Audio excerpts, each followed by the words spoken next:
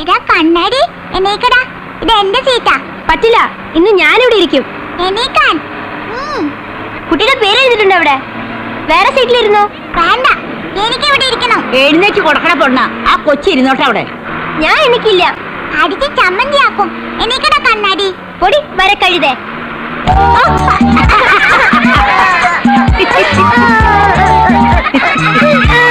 കിട്ടേണ്ടത് കിട്ടിയപ്പോ നിനക്ക് സമാധാനായില്ലടാ. എണീക്കട അവിടെ.